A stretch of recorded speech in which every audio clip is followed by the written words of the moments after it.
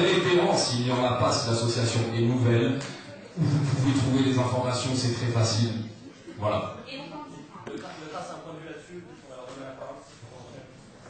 Nous, on a parlé de l'environnement parce que quand même c'était une thématique centrale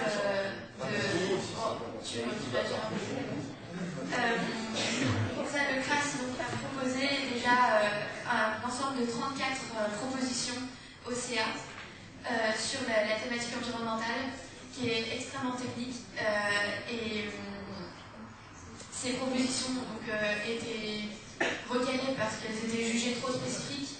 C'est pour ça qu'on est en étude sur le sujet avec les membres de l'association Anciela qui sont bien à même de répondre aux questions environnementales pour améliorer le bilan environnemental de l'IEP. Bien sûr, on a pas mal de propositions dont certaines ont été mises en œuvre. Par exemple, des bords d'ordinateur dans l'Atrium qui étaient tout le temps allumés, ça ne servait à rien, elles ont été enlevées.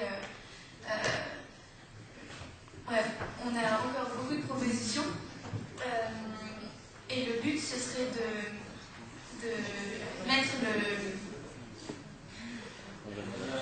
Ouais, on va faire tourner le micro un petit peu. De mettre l'IEP aux normes HPE, environnementales, et CertiVA, etc., mais sans demander de label parce que ça coûte beaucoup trop cher pour l'IEP, ou alors de faire voter la mise à la norme ISO 14001, qui est une norme de haute qualité environnementale encore au CA. Bon, on va demander à ce que les gens ensemble. J'en avais pas après. Évidemment, on est tout à fait d'accord en fait de consacrer davantage à l'environnement au sein de notre institut. Donc, ça nous rappelle que le CA, c'est un lieu où on fait des choix de société, donc évidemment des choix politiques et pas des choix de gestion. On a dit les poubelles de tri, le papier recyclé, on est entièrement d'accord avec ça. Je rajoute juste un truc, c'est davantage d'espace, par exemple, pour les modes de déplacement alternatifs comme le vélo, donc davantage d'espace pour garer son vélo le matin quand on arrive à l'UEP. Je pense que ce serait quelque chose de très bien au service des étudiants et aussi au service de l'environnement. Oui, pour rebondir très rapidement là-dessus, parce que ça me permet d'arriver sur un autre point qu'on n'a pas abordé et qui est très important. Elle avait parlé de 34 propositions. En fait, ça a été recalé, il n'y a pas eu de vote dessus, ça n'a pas rendu contraignant les choses. Mais en théorie, l'administration était censée entériner ces 34 propositions et les mettre en œuvre, ce qui évidemment est loin d'être le cas pour aujourd'hui.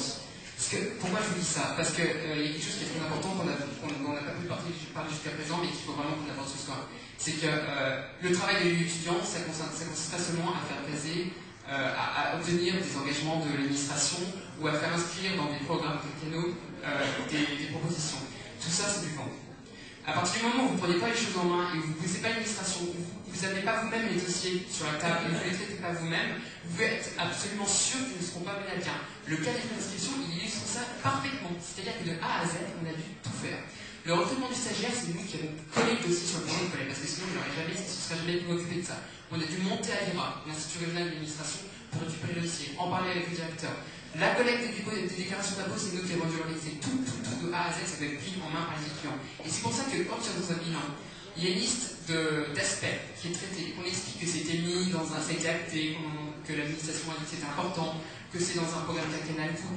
Ça, c'est du vent, ça ne compte pas. C'est vraiment l'engagement des étudiants qui apporte réellement l'action réelle et concrète des étudiants qui peut faire progresser les projets. C'est vraiment ça. Et je pense que, je suis désolé, ça tombe un peu comme un cheveu sur la soupe.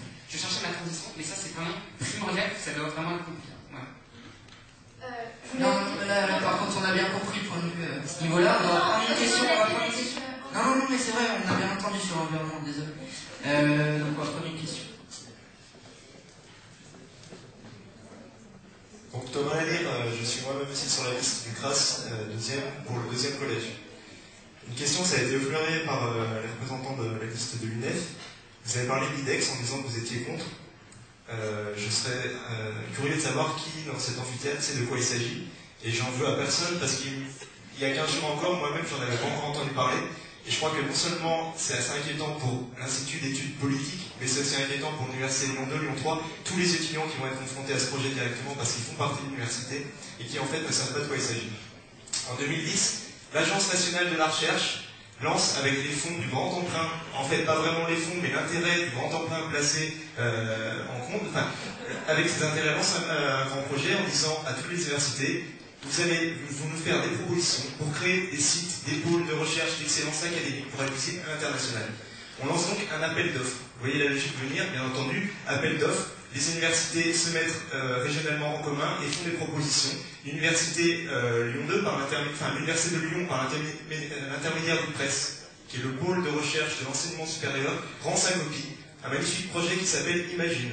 On va imaginer l'avenir avec notamment la création d'une grande université de Lyon qui regroupe 19 établissements d'enseignement supérieur.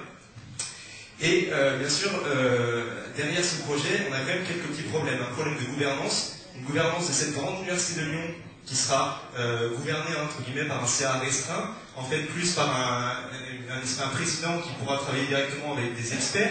Et puis dans cette logique, on est dans une mise en concurrence des universités, donc à l'échelon des territoires, et puis à